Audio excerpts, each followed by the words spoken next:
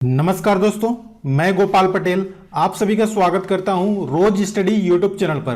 दोस्तों, मैंने आज आप लोगों के लिए लाया है एक शानदार video series profit and loss की। लाभ एवं हानि को हम लोग बिल्कुल जीरो से लेकर एग्जाम ओरिएंटेड क्वेश्चन तक जाएंगे। तो इस वीडियो सीरीज में आप जरूर ज्वाइन कीजिए। इसमें जितने भी टाइप के क्वेश्चन बनते हैं, जितने भी प्रकार के क्वेश्चन बनेंगे, सारे टाइप के क्वेश्चनों को हम लोग सेपरेट वीडियो में देखेंगे और ढेर सारी प्रैक्टिस करेंगे। ठीक है, उसके बाद आपको इस टॉपिक से, प्रॉफिट एंड लॉस टॉपिक से कोई भी दिक्कत कभी भी नहीं आने वाली है। तो ये वीडियो उन लोगों के लिए है जिनको मैथ्स कुछ भी समझ में नहीं आता। बिल्कुल इस वीडियो सीरीज को शुरू से लेकर आखिरी तक एक बार जरूर देखना, और कोई भी क्वेश्चन हो तो ये मेरा नंबर है, इस पे आप व्हाट्सअप जरूर कर देना। ठीक है, मैं आपके जो भी डाउट है सारे डाउट को दूर करने की कोशिश करूंगा। अगर आप टेलीग्राम ग्रुप से ज्वाइन होना चाहते हैं तो वहां भी ज्वाइन हो जाइए, और वीडियो को लाइक और शेयर जरूर कर दीजिए। चैनल को सब्सक्राइब कर दीजिए और बगल में बेल आइकन को प्रेस कर दीजिए, ताकि आप हर नोटिफिकेशन आप तक पहुंचे और आपसे एक भी वीडियो मिस ना हो, और आप प्रॉफिट एंड लॉस में अच्छे से इस टॉपिक को समझ जाएं और एग्जाम में आने वाले सारे क्वेश्चनों को हल कर पाएं। तो दोस्तों, जल्दी से चैनल को सब्सक्राइब कीजिए और शुरुआत करते हैं प्रॉफिट एंड लॉस की। तो ये इंट्रोडक्शन वीडियो है, इसमें हम लोग कोई क्वेश्चन नहीं करेंगे, इसमें हम लोग बेसिक चीज़ों को समझेंगे। ठीक है, उसके बाद जितने भी टाइप के क्वेश्चन देखे हुए आप तक, आपने जितने भी क्वेश्चन देखे हैं, जैसे भी क्वेश्चन देखे हैं, सारे क्वेश्चनों को हम लोग बनाएंगे, सारे क्वेश्चनों को सॉल्व करेंगे। आप बिल्कुल निश्चिंत रहिएगा और वीडियो शुरू से लेकर आखिरी तक देखिए, कॉपी में प्रॉपर नोट्स बनाइए, और उसके बाद आपको ये सब्जेक्ट के प्रति इंटरेस्ट कैसे जागृत होता है अपने आप खुद देखिएगा। तो चलिए शुरुआत करते हैं प्रॉफिट एंड लॉस की जो बेसिक चीज़ें हैं उनसे। तो चलो बेटा, पहला जो टर्म है वो है क्रय मूल्य या कॉस्ट प्राइस जिसको बोलते हैं, शॉर्ट में जिसको हम लोग सीपी बोलेंगे। तो पूरे सीरीज में हम लोग सीपी बोलेंगे, तो आपको समझ में आना चाहिए कि बात हो रही है कॉस्ट प्राइस की या क्रय मूल्य की। सीपी मतलब कॉस्ट प्राइस या क्रय मूल्य। अब होता क्या है सर सीपी? तो जिस मूल्य पर किसी वस्तु को हम खरीदते हैं, जिस मूल्य पर हम किसी वस्तु को खरीदते हैं, वो हमारे लिए सीपी या क्रय मूल्य होती है। दूसरा है विक्रय मूल्य या सेलिंग प्राइस, जिसको हम लोग शॉर्ट में एसपी बोलेंगे। ठीक है, एसपी मतलब सेलिंग प्राइस या विक्रय मूल्य। अब सर विक्रय मूल्य क्या है? तो बेटा विक्रय मूल्य उस मूल्य है, वह मूल्य है जिस मूल्य पर हम किसी वस्तु को बेचते हैं, जिस मूल्य पर किसी वस्तु को सेल करते हैं, वो विक्रय मूल्य कहलाता है।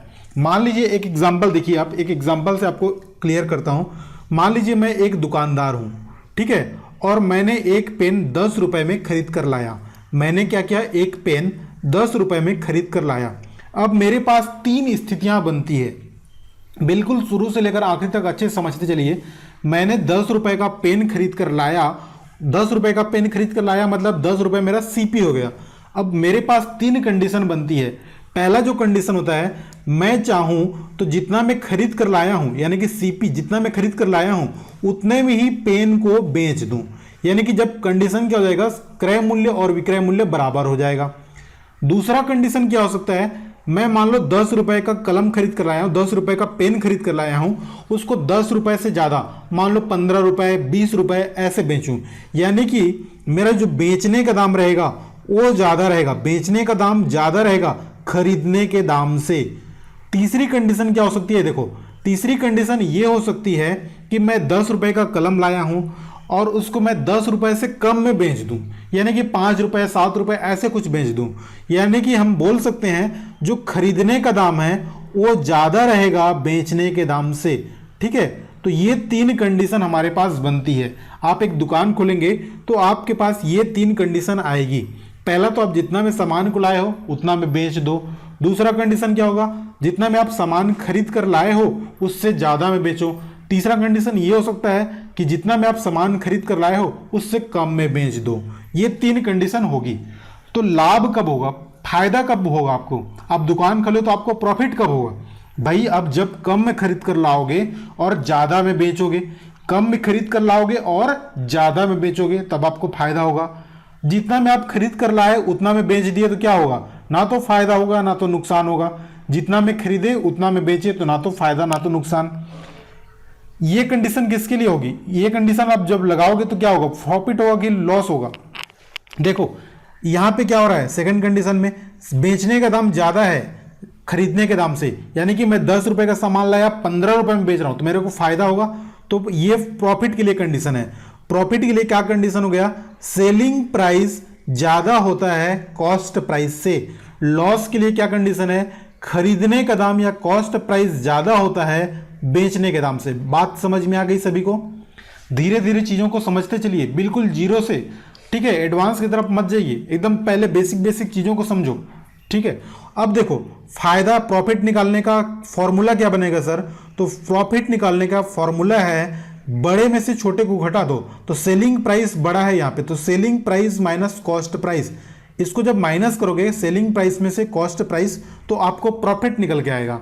दूसरा, कॉस्ट प्राइस, यहाँ पे लॉस का फॉर्मूला क्या होगा, लॉस का फॉर्मूला जाएगा कॉस्ट प्राइस में से सेलिंग प्राइस को घटा देंगे तो हमको लॉस कितना होगा ये पता चल जाएगा।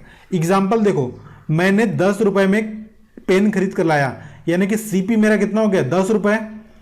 अब इसको मैं 12 रुपए में बेच रहा हूं, यानी कि सेलिंग प्राइस क्या हो गया 12 रुपए में, तो मेरा प्रॉफिट कितना होगा, तो प्रॉफिट होगा selling price minus cost price करेंगे तो ये 2 रुपए का मेरे को फायदा होगा, ठीक है।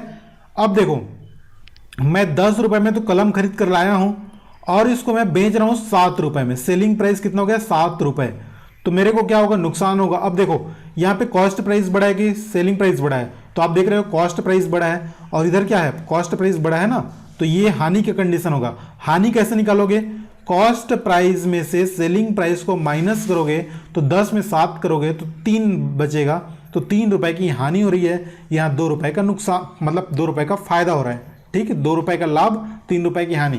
तो ये बेसिक चीजें थी। अब इसी में आता है प्रॉफिट परसेंट और लॉस परसेंट, ठीक है।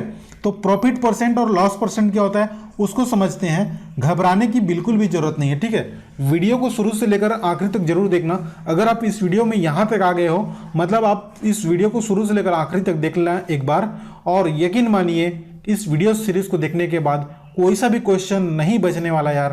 तो चलो शुरुआत करते हैं। प्रॉफिट परसेंट, तो अभी मैं बताया आपको कि भाई प्रॉफिट क्या होता है, तो मैं बताया था प्रॉफिट बराबर होता है selling price minus cost price.